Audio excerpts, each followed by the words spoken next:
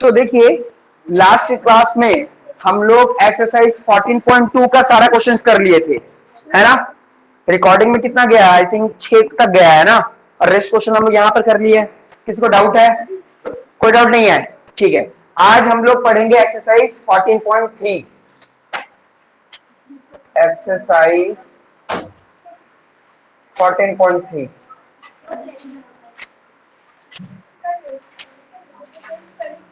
तो ध्यान देना, एक्सरसाइज 14.3 जो है ना, वो पूरा का पूरा ग्राफ पे डिपेंड कर रहा है, ठीक है।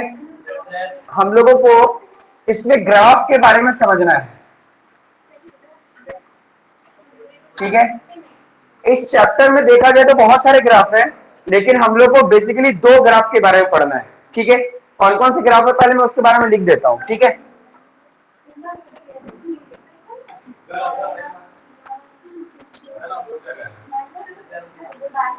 तो देखो, जो सबसे पहला ग्राफ है जो हम लोग को पढ़ना, वो है बार ग्राफ, ठीक है। पहला जो हम लोग को ग्राफ पढ़ना है उसका नाम है बार ग्राफ। दूसरा जो ग्राफ पढ़ना है वो है हिस्टोग्राम,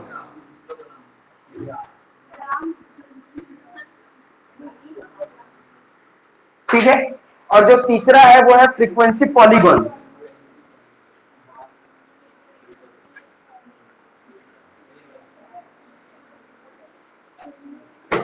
हम लोगों को एक्सरसाइज 14.3 में ये तीनों ग्राफ के बारे में पढ़ना था, लेकिन इसमें से इस साल ये फ्रीक्वेंसी पॉलीगॉन वाला जो टॉपिक है वो क्या है?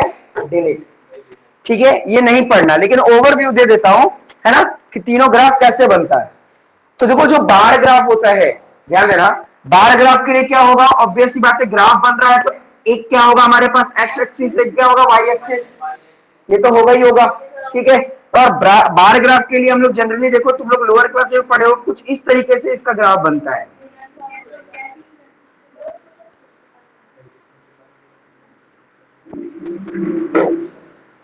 ठीक है। ऐसा कोई ग्राफ बनता है तो उसको हम लोग क्या कहते हैं? बार ग्राफ, है ना।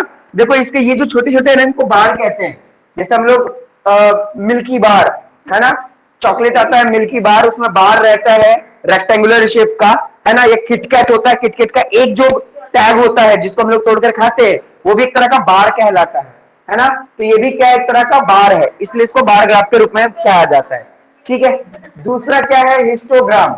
देखिए, हिस्टोग्राम है क्योंकि ग्राफ में हम लोग पढ़ रहे हैं तो एक्स एक्सिस और वाई एक्सिस तो होके रहेगा, है ना।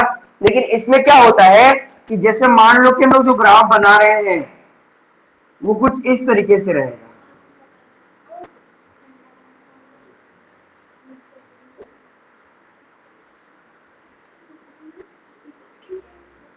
इस तरीके से रहता है हमारा हिस्टोग्राम, है ना। हिस्टोग्राम का जो ग्राफ बनता है वो कुछ इस तरीके से बनता है। अच्छा, इसमें और इसमें देखो, इसमें भी बार है और इसमें भी बार है, लेकिन इन दोनों के बार में ये अंतर है कि ये बार जो है वो अलग अलग है ना। इनके बीच में क्या है?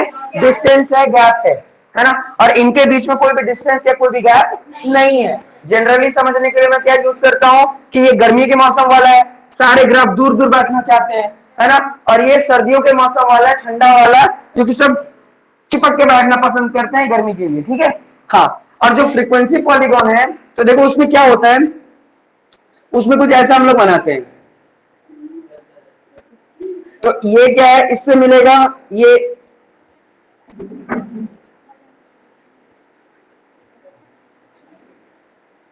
ऐसा होता है फ्रीक्वेंसी पॉलीगॉन, है ना। फ्रीक्वेंसी पॉलीगॉन जो होता है वो इस तरीके से होता है, ये होता है एक्स एक्सिस और ये होता है वाई एक्सिस। बात समझ में आ रहा है ना? हाँ, लेकिन इस चैप्टर में जो 14.3 देखा जाए तो ये तीनों की से मिलाकर के क्वेश्चंस थे, है ना। इससे भी क्वेश्चन है, इससे भी क्वेश्चन है, इससे भी क्वेश्चन है। लेकिन इस साल जो कोविड के कारण तुम लोगों का चैप्टर डिलीट किया गया है, उसमें फ्रीक्वेंसी पॉलीगॉन को हटा दिया गया, क्योंकि हायर क्लास में ये तो पढ़ना ही है ना। इसलिए इसके बारे में हम लोग नहीं पढ़ेंगे। तो पूरा चैप्टर में हम लोग बार ग्राफ और हिस्टोग्राम के बारे में समझेंगे, और ये दोनों चीज ना आप लोग लोअर क्लास से पढ़ते आ रहे हो, है ना। चलिए, तो रिवाइज करते हैं और फिर से देखते हैं कि क्या है इस चैप्टर में।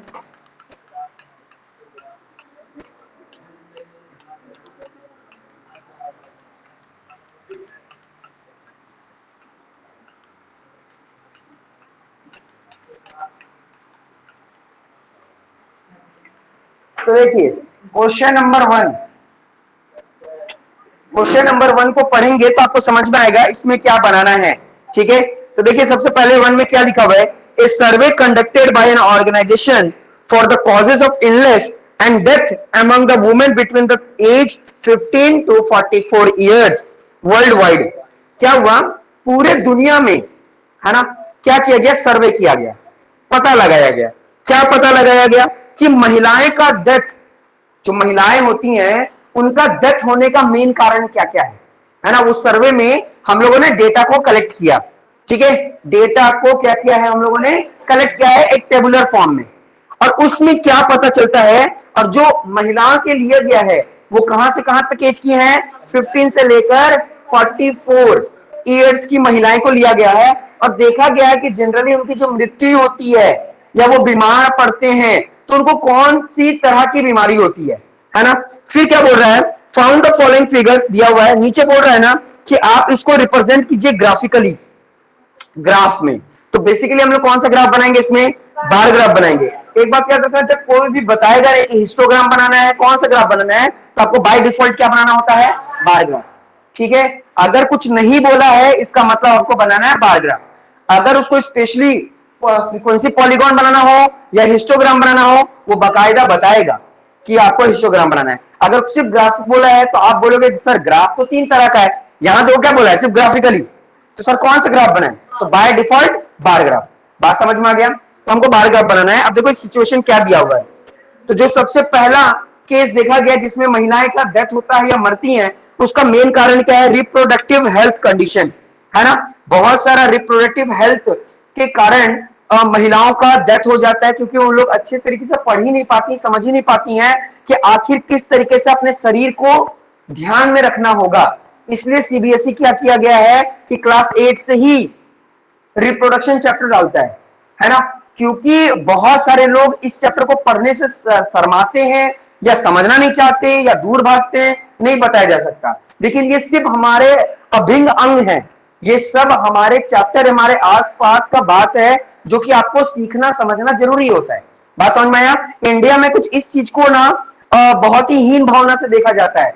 इस कारण से क्या होता है, नॉलेज की कमी हो जाती है, और नॉलेज की कमी के कारण इंसान को बड़े बड़े प्रॉब्लम को झेलना पड़ता है। यही कारण है कि एक बहुत ही बड़े हीरो हैं जिनका नाम है अक्षय कुमार, उन्होंने एक फिल्म बनाया था पैडमैन नाम से, है ना, पैडमैन। इसलिए इसको ऑस्कर अवार्ड भी मिला था, ऑस्कर अवार्ड नहीं, कुछ इंडिया का फिल्म फेयर अवार्ड मिला था, सिर्फ यही कारण से, क्योंकि इंडिया में ना ये जो रिप्रोडक्टिव हेल्थ को ना उतना ज्यादा बढ़ावा नहीं दिया जाता, बहुत ही चोरी चुपके ये सब होता है, तो इसलिए नॉलेज की कमी हो जाती है, और इस नॉलेज की कमी के कारण प्रॉब्लम झेलना पड़ता है। तो देखो क्या हुआ, पूरे वर्ल्ड वाइड में जब सर्वे किया गया तो पता चला कि रिप्रोडक्टिव हेल्थ कंडीशन के कारण कितने परसेंट लोगों की मृत्यु हुई, 31.8, मतलब 31.8% की महिलाएं का जो डेथ हुआ, वो अगर तुम लोग देख रहे हो टेबल में, तो सबसे ज्यादा जो प्रॉब्लम यानी जो डेथ होने का कारण है वो यही है, रिप्रोडक्टिव हेल्थ कंडीशन। यही कारण को देख करके सीबीएसई ने चैप्टर्स डाला है, ताकि महिलाओं को या पुरुषों को पता चले कि जब हम लोग का एडोलेसेंस पीरियड आता है तो उसमें किस किस तरह की चेंजेस आती है और क्या क्या ख्याल रखना चाहिए अपने बॉडी पर, है ना। इसी एज पर लड़के बिगड़ते हैं या लड़कियां बिगड़ती हैं, है ना। बिगड़ने का कहने का मतलब क्या है कि खाना पीना हम लोग को जिस तरीके से खाना चाहिए, इस समय पर हम लोग वो नहीं खाते। साफ सुथरा न्यूट्रिशियस हम लोग को फूड लेना चाहिए, वही हम लोग नहीं लेते, जिसका हम लोग को बहुत बड़ा जुर्माना आगे जाकर देना पड़ता है। अभी तो कोई मत, क्योंकि अभी हमारे खून में, मतलब समझो कि हमारा खून बन रहा है और ज्यादा, इसलिए अगर बड़ा बीमारी भी अगर पनप रहा है ना तो पता नहीं चलता। बात समझ में आ रहा है, यही कारण है, और इसमें ही हम लोगों को सबसे ज्यादा अपने आप को ध्यान देना चाहिए। और लड़के इसी एज में क्या होता है, गुटखा तंबाकू और तरह तरह के चीज में इन्वॉल्व हो जाते हैं। इनफैक्ट बहुत सारी लड़कियां भी इस तरह की एक्टिविटी में रहती हैं। ये नहीं है कि सिर्फ गुटखा तंबाकू लड़के ही खाते हैं, है ना। बहुत लोगों को पकड़ा गया है जो लड़कियां भी तंबाकू खाते हुए या फिर इस तरह का सिगरेट को यूज करते हुए। तो यही कारण है अपने बॉडी को खराब करने का। तो हम लोग इस टेबल से क्या पता चल रहा है कि रिप्रोडक्टिव हेल्थ कंडीशन से कितने लोगों की मौत हुई? 31.8%। बात समझ में आया? नेक्स्ट देखो, न्यूरोसाइकाइट्रिस्ट कंडीशन। अब ये न्यूरोसाइकाइट्रिस्ट का मतलब क्या होता है? दिमागी। अब दिमागी, अब देखो जनरल भाषा में बताता हूं दिमागी क्यों, क्योंकि लड़कियों को ना शक करने का बहुत ज्यादा प्रॉब्लम होता है ना। हर तरीके से शक कर लो, ए वो मेरे को मानती नहीं है ना, वो मेरे से मारी थी ना, वही मारी थी, वही की थी, यही हुआ। तो ये दिमाग ज्यादा पढ़ाई को छोड़ करके दूसरा जगह ज्यादा दिमाग लगाने के कारण बीमार पड़ जाती है दिमाग से, है ना। तो यहां पर देखो क्या दिखाया गया है कि न्यूरोसाइकाइट्रिस्ट कंडीशन के कारण कितनी महिलाओं का डेथ हुआ? 25.4%, है ना। इसलिए ज्यादा अपने दिमाग को इधर उधर नहीं दौड़ाए तो ज्यादा बेहतर है। अरे दुनिया क्या कर रहा है, क्या मतलब, हम अपना जी रहे हैं, है ना। लड़कियों को सबसे ज्यादा ये प्रॉब्लम होता है, वो मेरे बारे में ऐसे क्यों बोली, ऐसे नहीं बोलना चाहिए था। अरे भाई छोड़ो ना, बोलने दो उसको, मुंह है खोलेगी, खोलने दो, है ना। जियो जिम जियो। अच्छा नेक्स्ट देखो, इंजरीज। अच्छा इंजरीज ज्यादा तो नहीं होता क्योंकि ये लोग तो गाड़ी को झन से लेकर नहीं जाते हैं, है ना, इनको ज्यादा प्रॉब्लम नहीं होता। लेकिन फिर भी यहाँ पर डेटा कलेक्ट किया गया है तो 12.4, है ना, 12.4 जो कंडीशन है परसेंट के रूप में दिखाया गया है जो कि फीमेल इंजरीज होता है। अच्छा इसमें इंजरीज वही हो गया कि खाना लेकर जा रही हैं और सीढ़ी चढ़ रही थी तेजी से तो धड़धड़ा कर गिर गई, तो उसमें इंजरीज हो गया, कुछ ऐसा कंडीशन हो सकता है ना। यहाँ पर गाड़ी वाला केस नहीं है, गाड़ी वाला सब लड़का लोग मिलेगा, हड्डी टूटा, नाक टूटा, मुंह फूटा, तो सब वहां पर लड़का लोग मिलेगा जनरली, क्योंकि वही लोग ये सबका बीड़ा लेकर रखा है। अच्छा नेक्स्ट क्या है? कार्डियोवैस्कुलर। अच्छा कार्डियोवैस्कुलर का मतलब क्या? दिल की बीमारी।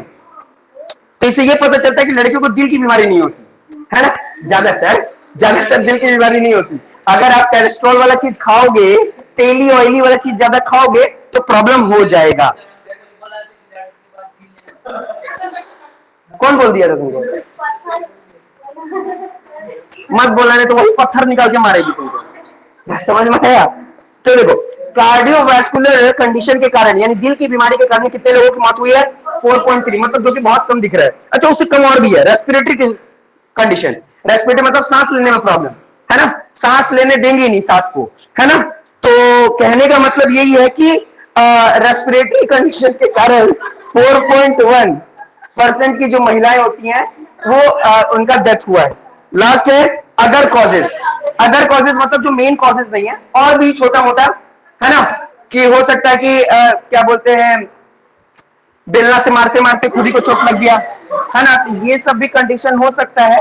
उसमें अदर कॉजेज में आया हुआ है 22%, है। अब ये हमारे पास डेटा है, इस डेटा को देख करके हमें क्या करना है? बार ग्राफ बनाना है। ये डेटा को देख करके क्या बनाना है? बार ग्राफ बनाना है। एक बात याद रखना, पहला वाला जो रहता है वो एक्स एक्सिस रहता है, पहला वाला जो रहेगा वो क्या होगा? एक्स एक्सिस, और दूसरा वाला क्या होगा?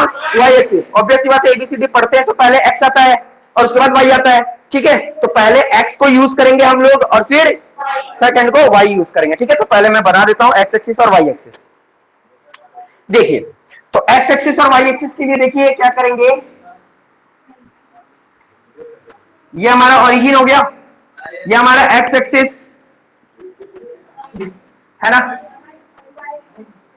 ये हो गया वाई एक्सिस। अब आपको क्या देखना है? अब आपको परसेंटेज देखना है। तो जीरो से लेकर जब से हाईएस्ट देखोगे तो कितना गया है? 31।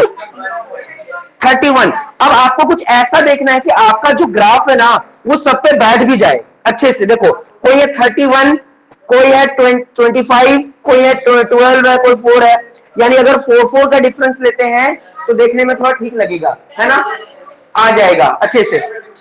वैसे 2 भी ले सकते हो। देखो स्केल आपकी मर्जी होती है, जितना कम स्केल लोगे उतना बड़ा ग्राफ बनेगा, और जितना बड़ा स्केल लोगे उतना छोटा ग्राफ बनेगा। डिपेंड करता है कि आपको ग्राफ बनाने आता है या नहीं। अगर ग्राफ बनाने आता है तो स्केल कोई मैटर नहीं करता, है ना। मैं 4-4 का बना रहा हूं, ठीक है, 4-4 का बना रहा हूं, कोई बात नहीं। देखो ये हो गया 4, 8, 12, 16, 20, 24, 28, 32। देखिए मेरे पास ग्राफ नहीं है इसलिए आपको इसका इंटरवल ना थोड़ा कम ज्यादा दिख रहा होगा, लेकिन आप ग्राफ कॉपी में बनाओगे ना, तो ग्राफ कॉपी में पहले से वो मेंशन होता है, तो आपको गलती नहीं होगा। ठीक है, तो ये हमारा ग्राफ बन गया। सबसे पहला जो हमें बनाना है वो क्या बनाना है, रिप्रोडक्टिव हेल्थ कंडीशन, जो कि है 31.8। याद रखना 31.8 है, वो 32 नहीं है। इसका मतलब 32 से थोड़ा सा नीचे।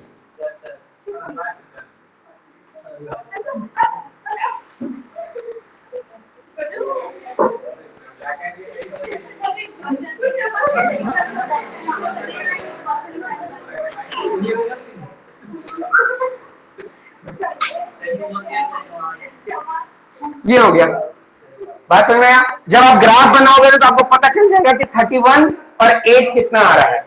ग्राफ बनाने आता है कि नहीं, पहले ये बताइए जल्दी से। सभी को आता है? कोई डाउट है किसी को?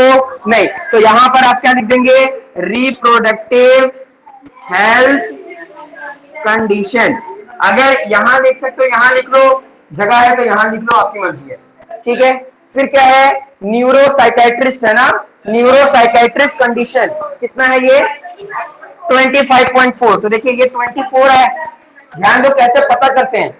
ये 24 है और ये 28 है, तो ऑब्वियस सी बात है ये 26 होगा, है ना। और 26 का आधा कितना हो गया, 25। ये हो गया यहाँ पर 25, 26, 27, 28। मेरी बात समझ में आ रही है ना। हमको बनाना है 24। 24 तो यहाँ सॉरी 25.4, यानी 25.4 इस ये लाइन पर आएगा, है ना। 25 तो ये हो गया, है ना। और इन दोनों का आधा, इन दोनों का आधा 5 कहलाएगा, 0.5। मेरी बात समझ में आ रही हो कि नहीं? देखो ध्यान देना, मैं कैसे बता रहा हूं। ये देखो यहां पर है 24 और यहां पर है हमारा 28।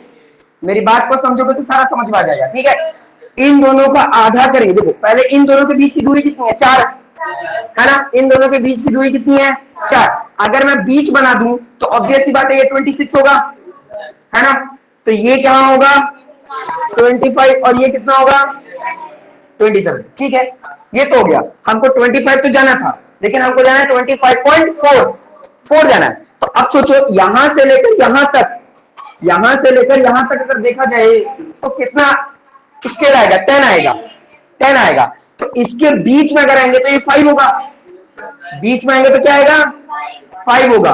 और उसके जस्ट हल्का सा नीचे आएंगे तो क्या हो जाएगा, 4। मेरी बात समझ में आई, स्केल समझ में आ रहा है कैसे लिए हम लोग, है ना। देखो ये 25 और 26 अगर हम लोग जानते हैं तो 25.1, 25.2 ऐसे करके जाते हैं ना। जब 25.9 होता है उसके बाद कितना जाता है, 26। तो उसके बीच का अगर स्केल देखेंगे, 9 क्लास में हम लोग पढ़े थे, है ना। तो ये 10 है, तो इन दोनों के बीच का जो पार्ट होगा वो क्या होगा, 5, है ना। लेकिन हमको 4 चाहिए, तो एक पॉइंट नीचे आ जाएंगे। बात समझ में आप, यहाँ पर वही चीज है। ये बीच वाला क्या है हमारा, 26 है। ये क्या हो गया, 25। तो इसके हल्का सा नीचे ये वाला। बात समझ में आ रहा है सभी को?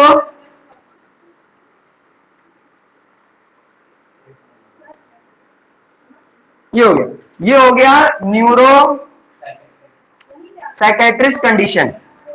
बात समझ में आ रहा है किस तरीके से ग्राफ बनाना है आप लोगों को? ठीक है, नेक्स्ट देखिए क्या है, 4.4, 12.4। तो देखिए 12.4 भी आप लोगों को पता है, ये देखिए 12 है ना, 0.4 चाहिए, है ना।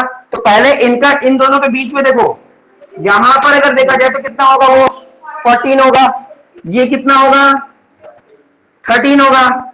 इन दोनों का बीच ये होगा, उसके हल्का सा नीचे। बात समझ में आ रहा है कि नहीं आ रहा है? बात समझ में आ रहा है, नहीं आया? आया सबको समझ में?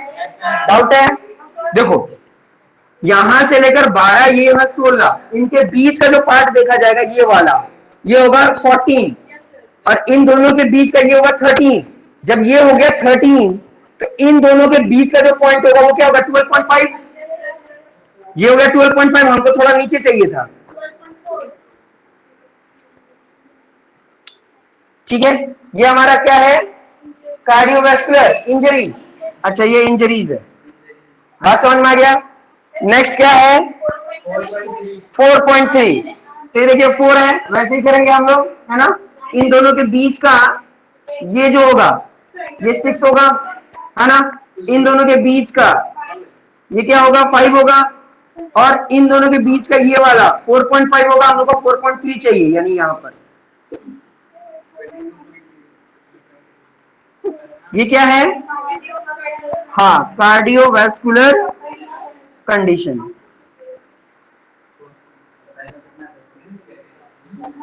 लास्ट क्या है? 4.1। 4.1 हल्का सा ऊपर ले लीजिए इसका। ये क्या है? न्यूरो, अच्छा रेस्पिरेटरी। और लास्ट कितना था? 22। ये तो बहुत इजी हो गया है ना। देखो यहाँ इन दोनों के बीच का कितना है? 4 है, यहाँ कितना हुआ होगा? 22 हुआ होगा।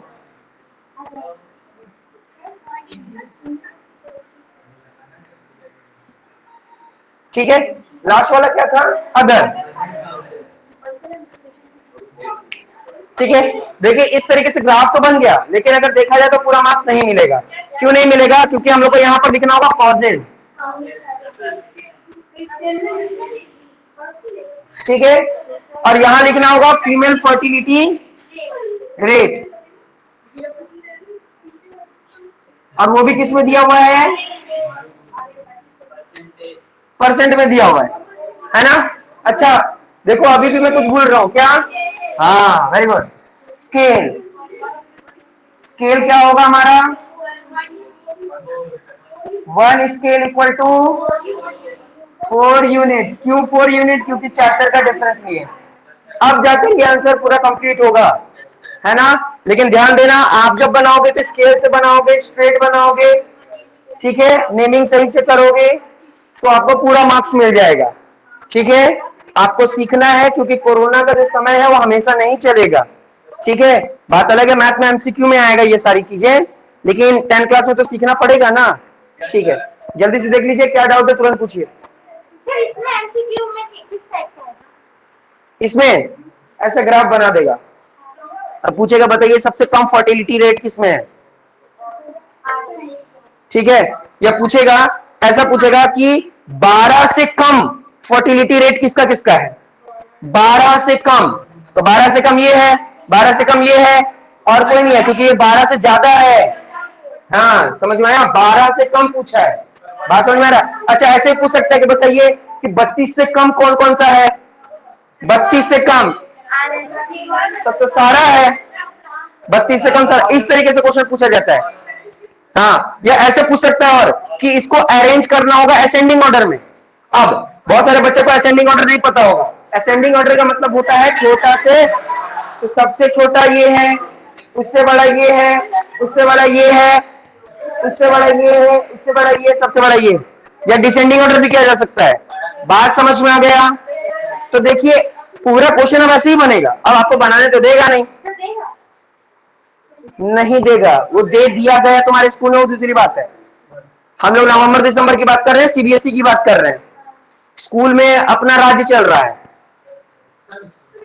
लगभग। क्या 3rd नंबर में?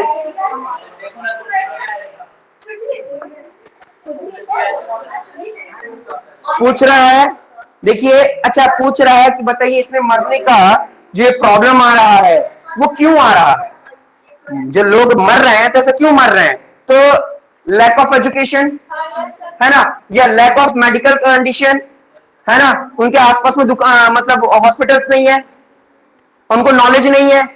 बहुत लोगों को क्या होता है, बीमारी हो रहा है, पेट दर्द दे रहा है, लेकिन क्या अगर जानबूझ के उनको पता नहीं कि किसको बोले, मम्मी को बोलेंगे, मम्मी और डांटेगी कि क्या इधर उधर खा लेती है इसलिए वैसा, या खा लेते हो इसलिए इधर उधर, है ना। तो बहुत सारे लोग डर से नहीं बोलते हैं, वो बीमारी को सह रहे हैं, ये तो और गलत बात है। थोड़ा सा भी अगर किसी तरह का प्रॉब्लम है तो आपको अपने मम्मी पापा से शेयर करना चाहिए, है ना, कि हमको ये प्रॉब्लम हो रहा है, ताकि उसका दवाई जल्द से जल्द लिया जाए। नहीं तो डॉक्टरों के पास बहुत अच्छा एक डायलॉग होता है कि काश आप पहले ले आते, तो ये डायलॉग बहुत अच्छा रहता है उन लोगों का जब नहीं कुछ कर पाते हैं तो, है ना। तो काश वाला वर्ड लगा देते हैं, तो वो काश ना हो किसी के साथ, है ना। तो इसलिए, और दूसरी बात एक और है जो जनरल बोला भी जाता है, क्या ज्यादा दवाइयां भी नहीं खानी चाहिए, क्योंकि ज्यादा दवाइयां खाने से भी आप बीमार पड़ जाओगे, क्योंकि बॉडी के पास उतनी सहनशीलता भी रखनी है ना। आपका अगर इम्यून सिस्टम बहुत अच्छा है तब तो बहुत अच्छी बात है। अगर आपका इम्यून सिस्टम अच्छा नहीं है तो फिर आपको दवाइयां भी थोड़ा कम ही खाना चाहिए, डॉक्टर से सलाह ले लेना चाहिए। इम्यून सिस्टम कैसे पता चलेगा? इम्यून सिस्टम देखो, कोई इंसान अगर बीमार पड़ता है तो लंबे समय तक बीमार पड़ रहा है। अगर लंबे समय के लिए बीमार पड़ रहा है यानी उसका इम्यून सिस्टम कमजोर है। अब उसको बचाने के लिए दो तीन ऐसा चीज है जो कि उसके लिए बहुत अच्छा साबित हो सकता है। सबसे नंबर 1 पे आता है एप्पल, बीटरूट, है ना, ऑरेंज, जितने भी फल फ्रूट हैं अगर वो प्रचुर, बोला तो जाता है डेली हम लोगों को, अच्छा सुनने में ऐसा आता है कि डेली हम लोग को एप्पल खाना चाहिए, ऐसा कहीं नहीं है। ऐसा कहीं नहीं कि डेली एप्पल, आपको बोला गया हर दिन फ्रूट खाओ, कोई भी फ्रूट, लेकिन डेली खाओ। अगर सीजनल फ्रूट आ रहा है ना तो सीजनल फ्रूट खाना बहुत अच्छा होता है। अगर सीजनल फ्रूट जानते हो क्या होता है? सीजनल फ्रूट मतलब जो पर्टिकुलर सीजन में मिलेगा। जैसे अब तुम आम ढूंढो, कहीं नहीं मिलेगा। पाइनएप्पल भी अभी नहीं मिलेगा, पाइनएप्पल का समय चला गया। पाइनएप्पल अभी कहां मिलेगा, हो गया, उसको खत्म, सावन तक रहता था, अब भादो भी आ गया। हाँ, अमरूद, केला, ये सब। हाँ, लेकिन जिसको खांसी है मत खा लेना, नहीं तो खो खो खो खो सब आपको पकड़ के ले जाएगा, बोला कोरोना, सुई दिला रहे हैं जबरदस्ती। ये समझ में आ गया सभी को? डाउट है? तुम्हें समझ में आया? सच बोलो। तुम्हें जी? तनवीर आ गया तुम्हें? पक्का? तुम्हें जी? तुम्हें तुम्हें तुम लोगों को आ गया ना?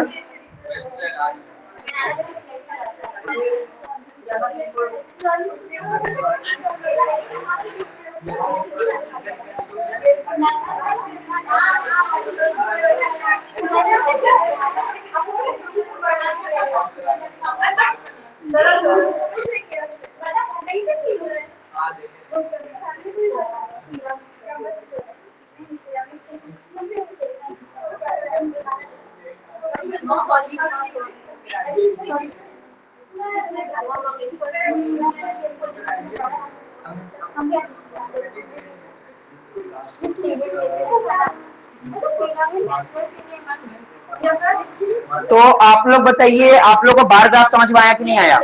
तो क्वेश्चन नंबर 1 में बार ग्राफ है, देखिए क्वेश्चन नंबर 2 में भी बार ग्राफ है, क्वेश्चन नंबर 3 में भी बार ग्राफ है।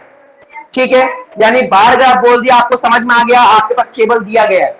पहला वाला एक्स एक्सिस होता है और दूसरा वाला वाई एक्सिस होता है। ठीक है, अच्छा एक बात समझने वाला क्या है कि क्वेश्चन नंबर 2 में ना कोई भी नंबर जो है वो 900 से स्टार्ट हो रहा है ना, 900 से स्टार्ट हो रहा है। मैं उसके बारे में बता देता हूं, ध्यान देना। जब हम लोग ग्राफ बनाएंगे क्वेश्चन नंबर 2, जब हम लोग ग्राफ बनाएंगे तो देखो ये हमारा 0 है ना, ये हमारा एक्स एक्सिस है और ये हमारा वाई एक्सिस है। ध्यान से समझना, बात ये है कि आप जितना भी टेबल देख रहे होगे ना उसमें सबसे लोएस्ट टेबल का जो वैल्यू होगा ना वो 110 है, 910 सॉरी, है ना, 910 सबसे लोएस्ट है। अब आप सोचो कि मैं कितना का डिफरेंस रखूं। अब आप सोच रहे होगे सर मैं 900 तक हमको पहुंचना है ना, तो मैं 10-10 का रख दूंगा। तो 10-10 का रख तो दोगे, लेकिन यहाँ पे नंबर कहां से स्टार्ट हो रहा है?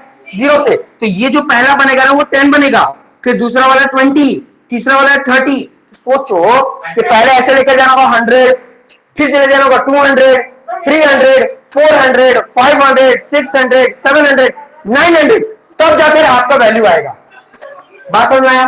अच्छा कुछ लोग बोल रहे हैं सर हम तो 100 रख देंगे, है ना, हम लोग रख देंगे 100, रख देंगे 200, 300, 400, 500 रख तो दिए, लेकिन जब वो देखें देखो ध्यान देना 400, 500, 6, 7, 8, 9 और 1000 अब बना तो दिए, लेकिन हम लोग को पूरा का पूरा डेटा कहां दिखाना है? इस 9 और 1000 के बीच में। तो यहां पर बताने में हमको दिक्कत होगा। बात समझ में आया? तो इस चीज से ओवरकम करने के लिए एक नया चीज आया जिसको हम लोग बोलते हैं जेड लाइन। इसका दूसरा नाम किंक भी है। बात समझ में आया? जेड लाइन और किंक। अच्छा ये करता क्या है? ये ना सारे डिफरेंसेस को अपने अंदर रख लेता है। सारे डिफरेंसेस को। मतलब आप जानते हो कि आपका 1 स्केल इक्वल टू 10 यूनिट है। आप ये जानते हो कि आपका 1 स्केल कितने यूनिट के बराबर है? 10 यूनिट के बराबर है। तो आपको कोई जरूरत नहीं है, आपको कोई जरूरत नहीं है कि यहां पर जीरो तो हो गया, ठीक है, तो आपको यहां 10 20 ऐसे लेकर जाना है, ठीक है। अब आप जान गए हो कि आपका जो स्केल है वो 900 से स्टार्ट हो रहा है ना।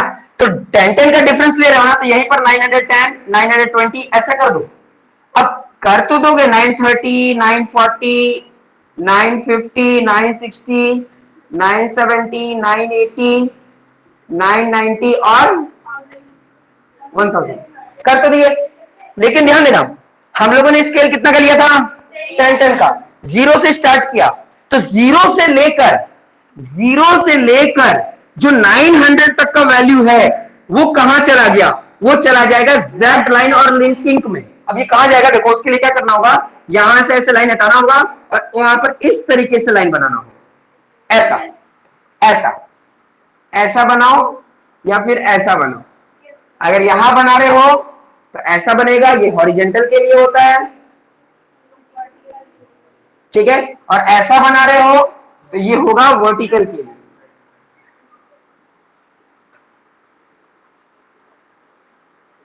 बात समझ में आ रहा है? तो ये जो है ना, ये करता क्या है, ये इन सारे डिफरेंसेस को अपने अंदर भर लेता है। ये सारे डिफरेंसेस को किसके अंदर भर लेता है? अपने थिंक के अंदर। यानी ये जो है ये दर्शा रहा है ग्राफ में कि हम लोग जीरो से तो स्टार्ट किए, लेकिन 10 20 100 120 320 520 ये सब जो नंबर है, अलग अलग जितने भी नंबर थे वो सारे के सारे इसके अंदर आके समा गए। अब हम लोग डायरेक्ट कहां से स्टार्ट कर दिए? 910 से, क्योंकि हम लोग को वहीं से वैल्यू की जरूरत थी। बात समझ में आ रहा है ना? अच्छा, कुछ सर सोचते हैं कि सर हम यहां पर 900 लिख सकते हैं, तो नहीं लिख सकते, क्योंकि डिफरेंस कितना का है? 10 का। यहां तो जीरो हो ही गया, है ना। तो आपका जब भी वैल्यू स्टार्ट होगा, जहां से आपको मांगा जा रहा है वहीं से आप स्टार्ट कीजिए। 900 नहीं स्टार्ट कर सकते। 900 का मतलब क्या हो? डबल जीरो आ रहा है ना, तो वो यहां पर आ चुका है इसके बीच में। आप 10 का डिफरेंस ही लेकर चलेंगे। बात समझ में आया? तो ये आपका हो गया। अब आराम से आप ग्राफ को प्लॉट कर सकते हो। पहले मुझे ये बताओ कि आपको जेड लाइन समझ में आया कि नहीं? सभी को आ गया? जेड समझ में आया? झूठ बोल रहा तुम, नहीं आया? देखो, जेड लाइन क्या होता है। जेड लाइन ये होता है, जैसे मान लो, मैं नॉर्मल भाषा में समझाता हूं। मान लो कि मेरे को यहां पर लिखना है ABCDEFGHI, ऐसा लिखना है, पूरा लिखना है, ठीक है। लेकिन हमको काम कहां से है? हमको जी से काम है, हमको जी से ऊपर जाना है, हमको इतना सब काम नहीं है।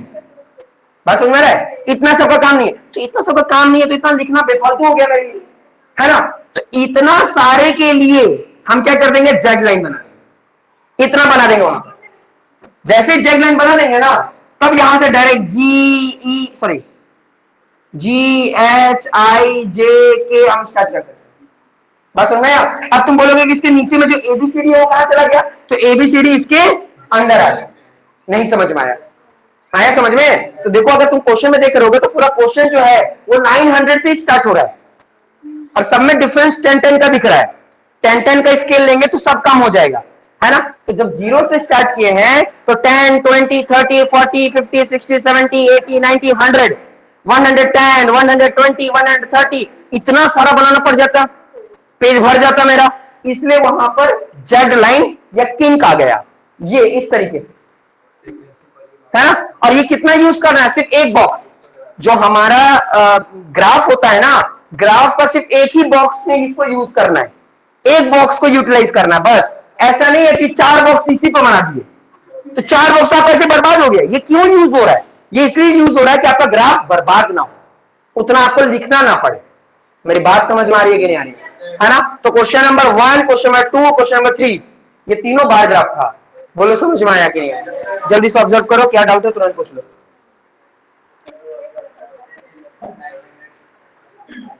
ये वाला समझ में आ गया ना? मिटा दे इसको। जल्दी से देखिए 1 से 3 में क्या डाउट है?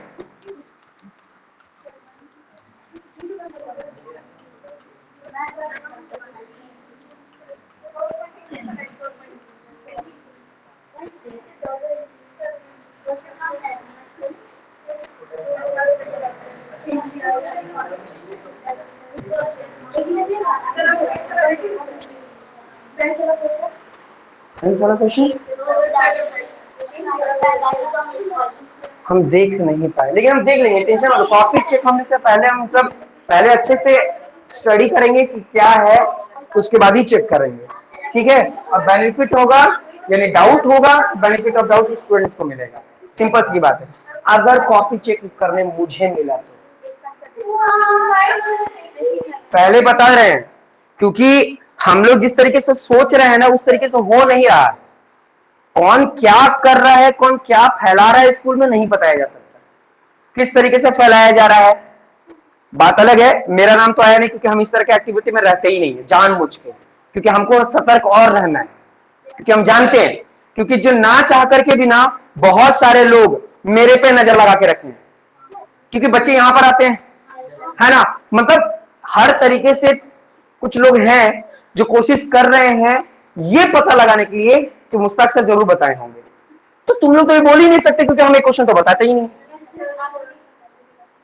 ऑब्वियस सी बात है। बात समझ में आया? तो बात तो आ ही नहीं सकता क्योंकि हम बताते ही नहीं। जब हम खुद अपनी जगह पर एकदम सही हैं तो मेरे को कोई भी कितना भी लांछन लगा दे, लगाने दो, कोई दिक्कत नहीं है। बस यही कारण है ना कि अगर मेरे मन में भी आता है कि 2-3 क्वेश्चन अच्छा वाला बता दिया जाए तब भी ना, नहीं होगा, नहीं होगा। और दूसरी बात, कोई भी चीज को हम पहले जानबूझ के आप लोगों को नहीं बताते हैं, क्योंकि कब यहां पर क्या चेंज हो जाता है कुछ नहीं पता है ना। कब एकेपीएस से रुक्मणी बन जाता है, कब कब जो जमा होने के बाद बोला जाता है कि आप अपने घर ले जाइएगा, और घर ले जाने के बाद बोलते हैं नहीं अभी रुक जाइए अभी समय है ना। तो ये सब बताना भी थोड़ा इम्पॉसिबल होता है, इसलिए इस तरह की बातों पर नहीं हम ध्यान दे सकते, नहीं बता सकते पूरी बात, ठीक है। चलिए, तो 1 से लेकर 3 तक में कोई डाउट है? कोई डाउट नहीं है ना? चलिए, इतना बोल सकता हूं, अगर मेरे को कॉपी चेक करने मिला तो तुम लोग के हित में मिलेगा, बस समझ में आया, क्योंकि हमको खुद पता है कि कितना गलती आता है रुकमनी से, है ना, कितना प्रॉब्लम झेलना पड़ता है बच्चों को, जान रहे हैं, वो बोलने की जरूरत नहीं, ये फैक्ट है। नहीं, लेकिन ऐसा नहीं है कि तुम लोग में होता है, सारे स्कूल में होता है, एरर सारे स्कूल में होता है। ये देखो टाइपिंग मिस्टेक होता है, ये इस, हाँ वो वही बात है कि अब देखो एक बात बताता हूँ, अगर टीचर ही क्वेश्चन पेपर बना रहे हैं और वही टाइप करेंगे ना तो गलती कम होगा, लेकिन बनाया कोई और है और उसको टाइप कोई और कर रहा है तो गलती हो जाता है, क्योंकि उसको नहीं पता राइटिंग भी, राइटिंग में अभी जो तुम लोग कुरान पढ़ रहे हैं, बाइबल पढ़ रहे हैं, गीता पढ़ रहे हैं, इसकी क्या गारंटी है कि जो बोले थे, जो हम लोग को मिला है उसका हरफ वही है? ये भी सोचने वाली बात है, क्योंकि उस समय तो जेरॉक्स कॉपी होता नहीं था, जेरॉक्स कॉपी होता नहीं था, है ना। तो क्या किया जाता था, कॉपी के देख करके लिखा जाता था, तो देख करके आ का खा कर जाता था, स्टाइल में तो बहुत सारी चीज चेंज हो जाता है, बात समझ में आ रहा है। तो ये चीज तो ऑब्वियस सी बात है, इसमें मिस्टेक नहीं बोल सकते, इसमें टाइपराइटर की गलती होती है, टीचर्स की नहीं बोल सकते, झेलना बच्चों को पड़ता है और कुछ टीचर्स को भी, क्योंकि भाग दौड़ उनका भी तो हो जाता है। लेकिन कोई टेंशन नहीं, हम बार बोलता रहे इस टेस्ट के लिए, इसको आप टेस्ट समझिए, स्कूल के लिए एग्जाम था, आपके लिए टेस्ट था, बात समझे, आपके लिए सिर्फ टेस्ट ही है ये, क्योंकि एग्जाम तो 15 नवंबर के बाद सुनने में आ रहा है, श्योर नहीं है अभी वो, 10 अक्टूबर को, हाँ 10 अक्टूबर को पता चलेगा, ठीक है। उसको इंफॉर्मेशन आप लोग को मिल जाएगा, और उससे जैसे ही हमको मिल जाएगा मैं आगे पढ़ाना बंद कर दूंगा, मैं सिर्फ प्रैक्टिस करवाऊंगा, ताकि हाफ ईयरली में किसी का भी एक नंबर भी कम ना हो, बात समझ, एक नंबर भी कम नहीं, उस तरीके से प्रैक्टिस करना हम लोगों को, है ना। क्योंकि यहां पर देखो, यहां याद रखना किलो के हिसाब से 40 में 40 आएगा, किलो के हिसाब से, क्यों? क्योंकि जो आंसर सही है वो तो सही होगा ना। पहले क्या होता था, लिखने वाला होता था तो टीचर बोलते थे थोड़ा राइटिंग ठीक नहीं है, कोई अपने दिमाग से लिखा होता है तो कुछ ना कुछ नंबर काट देते थे टीचर, है ना, तो उसमें उनका भाव चल जाता था। जैसे इंग्लिश का एग्जांपल लेते हैं, इंग्लिश में जल्दी 40 में 40 नहीं दिया जाता, क्यों? क्योंकि लैंग्वेज सब्जेक्ट है, तो आप जो भी ऐसे लिखे हो तो टीचर ना ये मजा नहीं आया, ये स्पेलिंग गलती है, ये तो इस तरीके से क्या करते थे, नंबर काट लेते थे। लेकिन अब क्या, अब तो एमसीक्यू है, सही तो पूरा, नहीं तो पूरा कटा, है ना। तो किलो के हिसाब से 40 में 40 वाले मिलेंगे यहां पर, ये बात तो बहुत अच्छी बात है। दूसरी बात, क्वेश्चन कितना आएगा, क्वेश्चन आएगा 54। अब बोलोगे सर हम लोग को तो 40 ही क्वेश्चन मिला था, तुम लोग का टेस्ट मिला, तुम लोग को टेस्ट में टीचर उतना नहीं लिखना चाहते, टीचर उतना नहीं लिखना चाहते। क्वेश्चन मिलेगा आपको 54, अटेम्प्ट करना होगा 40, यानी बहुत सारे क्वेश्चंस और में रहेंगे। और में, अच्छा और नहीं रहेंगे, सॉरी मैं तो और गलती कर दिया। और में क्या होता था, ध्यान देना, जैसे मान लो क्वेश्चन नंबर 1 और उसमें क्वेश्चन लिखा हुआ है और लिखा होता और फिर क्वेश्चन, तब तो हम लोग बंदिश में होते थे। बंदिश में क्या, या तो ये बनाओ या तो ये बनाओ, इसका मतलब ही होता है या। लेकिन अब क्या है जानते हो, अब है ना आपको 24 क्वेश्चन मिलेगा। मान लो पहला सेक्शन में 24 क्वेश्चन है, बोलेगा कि एनी 20, एनी 20, एनी 20 का मतलब क्या है कि उस 24 में जो 20 तुमको मन कर रहा है वही बनो। कितना अच्छा है, आपको यहां बंदिश नहीं बढ़ना गया है। बात समझ रहा है, यानी आप सारे क्वेश्चन में किसी भी 4 को आप हटा सकते हो, कोई भी 4 अपनी मर्जी से 4 को हटा सकते हो। और में क्या होता था, या तो ये या तो ये, इन दोनों में से ही कोई एक बनाना हो, है ना। और उसमें क्या है कि हो सकता है लगातार 4 को हटा दो और उसका लगातार 20 को बना लो। हाँ 3 सेक्शन रहे, आपको बात समझ में आ रहा है ना। तो कुछ इस तरीके से क्वेश्चंस रहेगा, उसकी चिंता मत करो। क्वेश्चंस आपको जो स्कूल में मिल रहा है ना, वो इसलिए वैसा मिल रहा है क्योंकि ओएमआर शीट ही 40 मार्क्स का आ रहा है ना। अब सोचो, जैसे अगर मैं अपनी बात बताऊं तो मैं तुम लोग को इस हिसाब से बनाया था, बना तो दिया था, लेकिन फिर पता चला कि मैं जो क्वेश्चन नंबर 54 डाला हूं, 54 है ना, तो बच्चों टिक लगाएगा कहां। सोच करके देखो, ओएमआर में तो 40 है, मेरी बात समझ में आ रहा है, ओएमआर में तो 40 है। मैथ में तुम देखो 2 क्वेश्चन और एक्स्ट्रा हो गया था, यही कारण नीचे का 2 क्वेश्चन कटवाना पड़ा, यही कारण। बात समझ में आया, क्योंकि ओएमआर जो शीट आ रहा है ना इस बार, वो 40 मार्क्स वाली आ रहा है, लेकिन सीबीएसई जानता है उसको ओएमआर शीट कितना देना होगा, या तो 100 का या तो 60 का, 100 या 60 तक का देगा वो। बात समझ में आ गया। तो आप आराम से, आपको 53 पसंद नहीं है तो उसका जगह छोड़ दीजिएगा, उसका जगह छोड़ दीजिएगा, 54 वाला जो भी आपको सही लगता है उसमें सर्कल कर दीजिएगा। बात समझ में आया। हाँ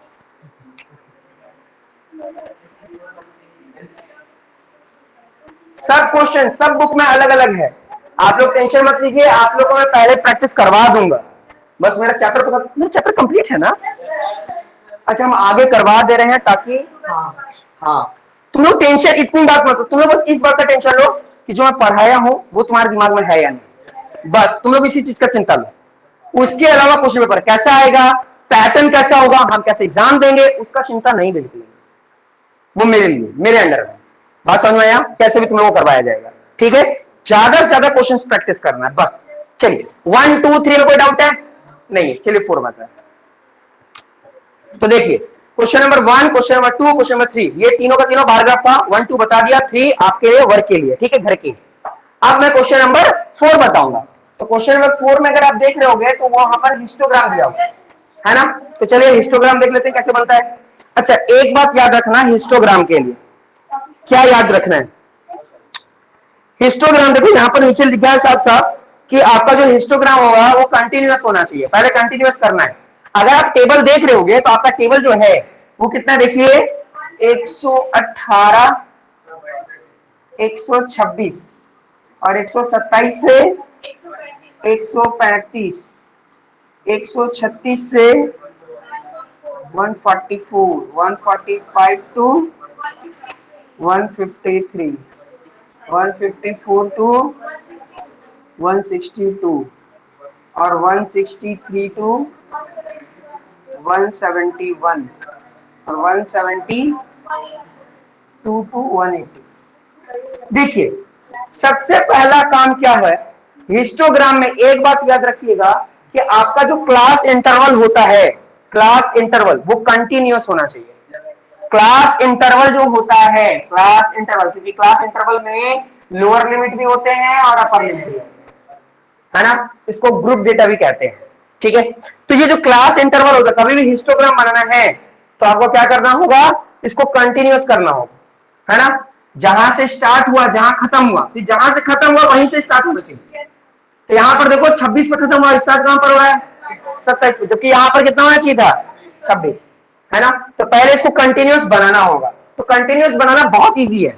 देखो, अगर हम क्लास इंटरवल को कंटिन्यूअस बनाना चाहते हैं तो करना क्या है, जो पीछे वाला नंबर है ना उसमें 0.5 कम कर दो। 0.5 है ना, यानी 0.5 बोलो इसको या 0.5 बोलो, इतना कम कर दो यहां से, है ना। और यहां पर उतना ही 0.5 बढ़ा दो, है ना। तो देखो एक बात, पहले मैं माइनस करना सिखाऊंगा क्योंकि कुछ बच्चे को माइनस करना नहीं आता है। तो देखो, पीछे से क्या करना है, 0.5 घटाना है। तो 118 है ना, इसमें से 0.5 घटाना है, माइनस करना है, ठीक है। तो एक बात ध्यान देना, अब अगर पॉइंट रखे भी तो कहां रखें, तो ऐसा नंबर है ना, अगर इसके पास मैं पॉइंट ढूंढूं इसका पॉइंट कहां होगा, तो इसका पॉइंट सबसे लास्ट में होगा, ठीक है। कहां पर होगा, राइट हैंड साइड में होगा, ठीक है। तो यहां पर इसका पॉइंट है। माइनस क्या करना है हम लोगों को, 0.5। तो पॉइंट के नीचे पॉइंट ले आओ, पॉइंट के आगे देखो, पॉइंट के आगे क्या है, 0, पॉइंट के बाद क्या है, 5। अब इसको करना है माइनस। तो ये तो नॉर्मल चीज हो गया, ऊपर कुछ नहीं है तो 0, नीचे कुछ नहीं है तो 0 और 0। अब सबको माइनस करने आता होगा, लेकिन फिर भी माइनस दिखा देता हूं। तो देखो ये 8 है ना, यहाँ कैरी होगा तो ये हो जाएगा 10 और ये हो जाएगा 7, है ना। बात समझ में आ रहा है। माइनस करेंगे तो कितना आ जाएगा, 5, ये कितना हो जाएगा 7 और 1 और 1। बात समझ में आया। यानी अगर 118 में 0.5 माइनस करेंगे तो कितना आएगा, अगर नहीं समझ में आए ना तो इसका बहुत अच्छा ट्रिक है। क्या ट्रिक है, छोटा सा ट्रिक है। 118 रुपया है तुम्हारे पास, क्योंकि रुपया से बहुत अच्छे से समझ में आता है सबको, है ना। अगर 118 रुपया है ना, और 98 मतलब 50 पैसा, है ना। अगर 50 पैसा घट गया, कम हो गया, इसमें से 118 रुपया लेकर तुम जा रहे थे, उसमें से 50 पैसा यानी 98 गुम हो गया। 98 का नाम सुने हो तुम लोग कभी, हाँ तब तो बहुत अच्छी बात है। 50 पैसा गुम हो गया तो अब तुम्हारे पास कितना रुपया होगा, तो 17 रुपया 50 पैसा, यही ना होगा, ऐसे ही समझ रहे हो, है ना। अच्छा, वही 17 रुपया 50 पैसा दूसरे में आकर जुड़ गया, दूसरे में आकर जुड़ गया तो कितना हो जाएगा, 126 रुपया 50 पैसा, यही होगा ना। अच्छा ठीक है, तुम बताओ हमको, फरहान, अगर तुम्हारे पास 127 रुपया था, उसमें से 98 निकाल लिए हम, तो बताओ तुम्हारे पास कितना रुपया बचा।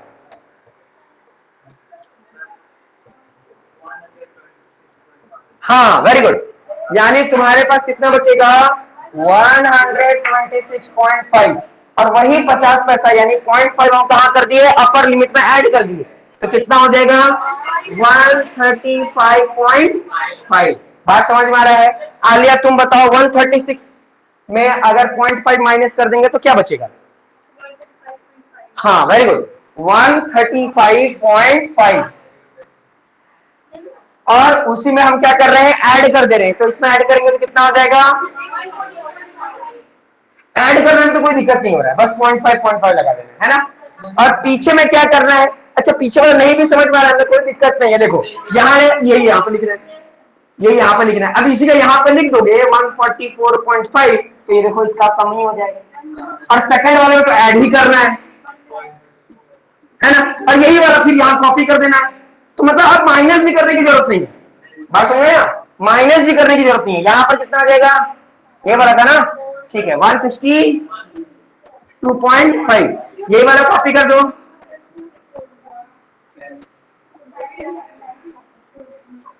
वन 171 पॉइंट, सबको समझ में आ रहा है, यह आ जाएगा 180.5।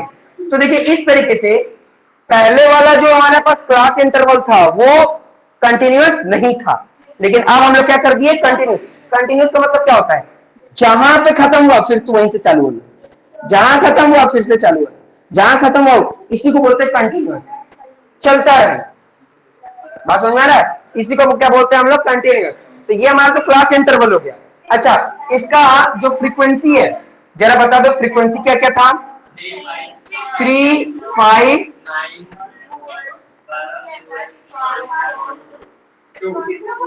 ठीक है। अब इसका हिस्टोग्राम बनाना है। मैं तुम लोग को बार बार बताया हूं कि तुम बताओ जी, पहला वाला कौन एक्सिस होता है, हाँ पहला वाला एक्स एक्सिस होता है और दूसरा वाला वाई एक्सिस होता है। बात हो गई, क्योंकि पहले एक्स आता है उसके बाद वाई आता है। तो हम लोग जब इसका बनाएंगे ग्राफ, तो ये हमारा एक्स हो गया और ये हमारा वाई हो गया, ये हो गया पॉइंट ऑफ ओरिजिन। ठीक है, अब देखो ये एक्स है ये वाई है, यहां पर वाई की एंट्री करनी है, तो वाई की एंट्री करनी है तो देखो सबसे कम कितना है 2 और सबसे हाईएस्ट कितना है 12। तो ज्यादा अच्छा होगा दो का डिफरेंस ले लेते हैं, है ना। डिफरेंस लेने आता है कि नहीं सभी को? ठीक है, तो दो का डिफरेंस ले लेते हैं। 2 4 6 8 10 12। ठीक है, अब ध्यान देना, सबसे पहला देखो क्या लिखा हुआ है, 117 से लेकर 126, है ना। 117 से 126 के बीच में देखो 9 का डिफरेंस है। कितना का डिफरेंस है? 9 का। इसका मतलब सब में 9 का डिफरेंस है। तो 9 का डिफरेंस है, तो 117 तक पहुंचने के लिए हमको 9 का डिफरेंस लेना होगा पहले, है ना। फिर यहां पर देखो नंबर कहां से स्टार्ट हो रहा है? 117, और हमको 9 का डिफरेंस चाहिए, यानी 9 18 27 35, ऐसे करते करते हमको कहां तक आना होगा? 117, तब जाकर मेरा ग्राफ बनना शुरू होगा। तो इतना गैप को हम क्या करना चाहते हैं? सिंक्रोनाइज करना चाहते हैं, कम करना चाहते हैं। तो यहां पर बनेगा Z किंग, बन गया ना। मेरी बात समझ में आ रही है ना? देखो ये बॉक्स जितना होता है इसको भी उतना ही बनाया करो, तो जिससे ग्राफ बहुत अच्छे से बनता है। ठीक है, अब मेरे को पता चल गया कि ये वाला जो है ना, ये बता रहा है कि 117 से पहले 0 से लेकर 117 के बीच में जितना भी नंबर आता है वो सब इसके अंदर छुपा हुआ है ना। अब मैं यहां से स्टार्ट करूंगा, कितना? 117.5। ठीक है, या इशारिया भी बोल सकते हैं, है ना। हम लोग के भाषा में इशारिया बोलते हैं।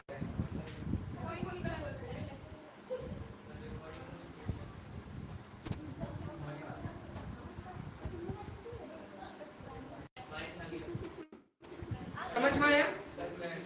ये वाला बात समझ में आया ना? ठीक है, तो अब देखो यहां से हमको कहां तक जाना है? नेक्स्ट जो हमारे पास है वो कितना है? 126.5। फिर 126 से कितना है? 135.5। नेक्स्ट क्या है? 140।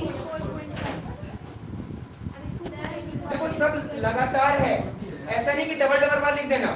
बात समझ में आया? 144 के बाद क्या है? 150। इसके बाद क्या है? 160। ये हो गया। अब आप ग्राफ बनाइए, बहुत इजी आपके लिए। बोल रहा है 117 से 126 कितना होना चाहिए? 3। तो 117 से लेकर, ये देखो यहाँ भी दो बीच में आएगा, 117 से लेकर 126 कितना है? 3। बोलो समझ में आएगा? फिर बोलना है कि 126 से 135, यानी फिर यहीं से स्टार्ट करना है। 126 से 135 होना चाहिए 5, तो यहाँ 5 यहाँ पर आएगा।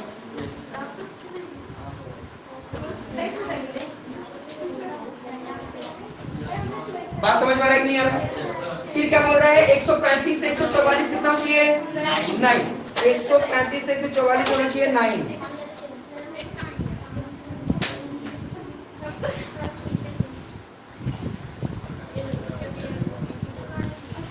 देखो 135 से 144, 135 से 144 कितना आ गया? 9। तुम लोगों को समझ में आ रहा है कि नहीं? फिर देखिए 144 से 153, 144 से 53 कितना जा रहा है? 12।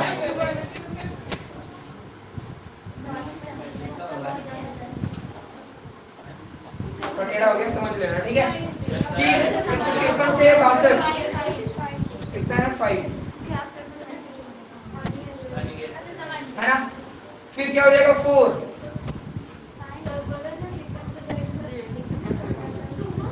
फिर क्या है? 2।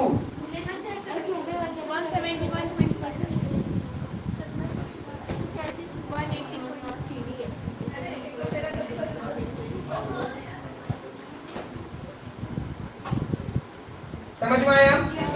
लेकिन अभी मेरे को पूरा मार्क्स मिलेगा क्या? नहीं मिलेगा।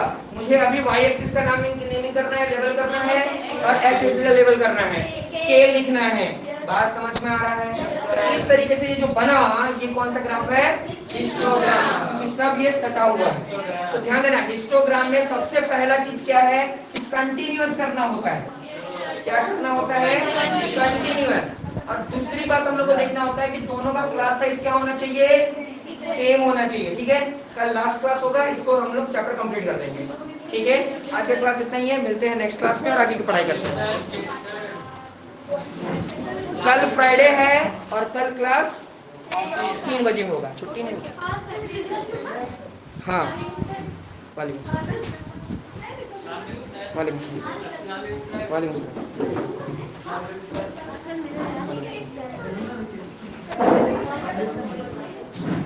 उनको समझ में आया, समझ में आया ना?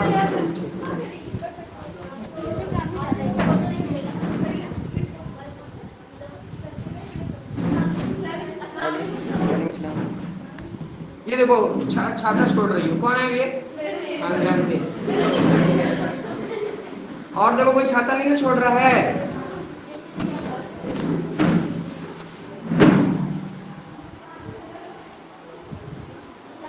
वालेकुम सलाम।